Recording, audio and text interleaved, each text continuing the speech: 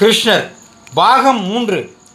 கிருஷ்ண ஜெயந்தி அன்று கிருஷ்ணனுக்கு மிகவும் பிடித்த சீடை, அவள், லட்டு, அப்பம், தட்டை, முள்ளு முறுக்கு, தோயம், வெண்ணெய், பால் திரட்டு, நாட்டு சர்க்கரை போன்றவைகளை படைத்து வழிபட வேண்டும்.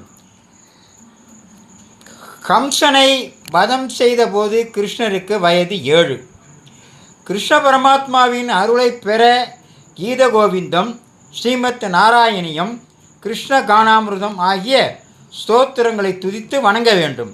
கிருஷ்ண ஜெயந்தி என்று சிறுவர் சிறுமிகளை கண்ணன் ராதை போல் வேடமிட்டு ஆராதிப்பது கூடுதல் பலன்களை தரும்.